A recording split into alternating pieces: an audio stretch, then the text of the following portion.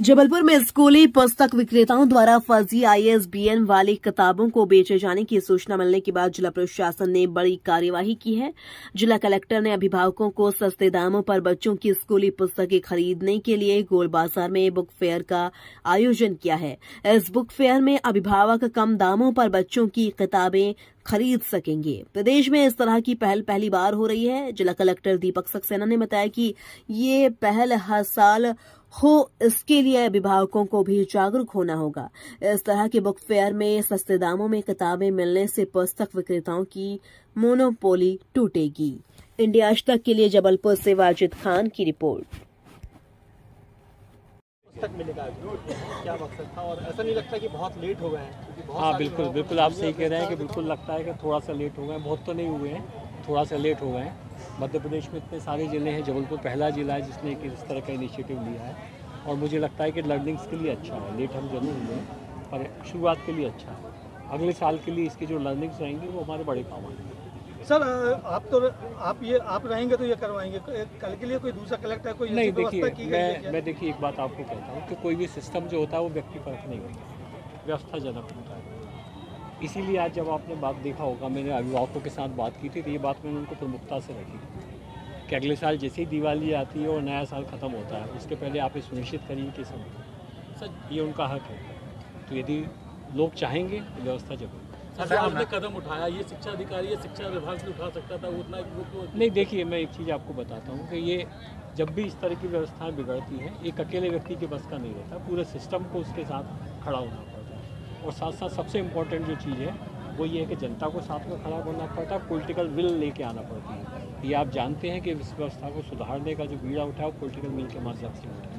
तो ये सारी चीज़ें जब एक साथ में मिलती है तब सिस्टम सुधरता है। सर जांच पड़ताल चल रही है तमाम बुक डिपोज की, क्या इसमें कार्रवाई की संभावना है आगे चलकर, क्या गड़बड़ियाँ आप तक मिली हैं? देखिए गड़बड़ी तो बड़ी क्लियर कट है कि जो पूरी की पूरी व्यवस्था जो है, चाहे शिक्षण पाठ्यक्रम डिसाइड करने की हो, यूनिफॉर्म डिसाइड करने की हो और भी कुछ इस तरह की हो, उसमें पारदर्शिता का अभाव। और कई जगह ऐसा लगता है कि मोनोपोली पनपने दी गई है, जानबूझ के मोनोपोली पनपने दी गई है ताकि अभिभावकों से जो है अच्छी मोटी रकम वसूल की जा सके। 98% पेरेंट्स जो है सर, देखिए मैं आपको एक चीज़ बताऊँ, ये जो कार्रवाई हो रही है इससे बड़ी कार्रवाई कुछ हो नहीं सकती कि आप उनका मार्केट ही ध्वस्त करें।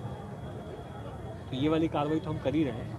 एक बात और मैं बार बार आप लोगों को कह रहा हूँ कि अभी हम सब लोगों को सुनवाई का मौका दे रहे हैं। जांच हमारी ख़त्म नहीं हुई है, जांच में हम अलग अलग एंगल से जांच कर रहे हैं। उनको सुनवाई का मौका देंगे, उनसे पूछेंगे कि क्या लॉजिक है जिसकी वजह से आपने किया।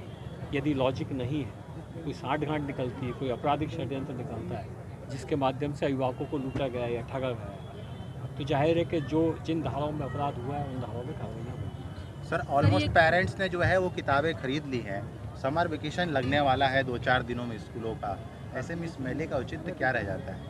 मैं आपको यही कह रहा हूँ कि मेले का औचित्य अगले साल के लिए बड़ा क्लियर कट स्पष्ट होगा। इस साल हो सकता है बहुत सारे अभिभावकों ने किताबें खरीद ली हो, 10, 15, 20% ही खरीद पाए हों, पर यहाँ पे 30%, 40% के हिसाब से जो डिस्काउंट पुस्तक विक्रेता दे रहे हैं उससे लोग समझेंगे कि मान लो उन्होंने एक हफ्ते पहले यदि मान लो कोई किताब 500 रुपये में खरीदी, अब यहाँ यदि उनको 350 रुपये में मिल रही है तो अगले साल के लिए उनके लिए भी एक लर्निंग रहेगी कि भाई अपन पुस्तक मेले का इंतजार करेंगे, नहीं लगाएंगे तो डिमांड करेंगे कि आप लगाइए। तो ये मुझे लगता है सबसे बड़ा लाभ इस पुस्तक मेले का होगा। ये मेले को रेगुलेट कौन करेगा कि किताबें कम दाम पे मिले, डिस्काउंट पे मिले? कोई समिति बनाई गई है सर? इसके लिए मैंने समिति बनाई है। मतलब एक तो एक्ट में ही एक समिति गठित है जिसके अध्यक्ष जिला कलेक्टर है, सदस्य सचिव उसके जिला अधिकारी हैं, जिला शिक्षा अधिकारी हैं। एक वो कमेटी तो है ही जो कि एक्ट के तहत ही गठित है, जो कि इस तरह के विषयों को रेगुलाइज कर सकती है।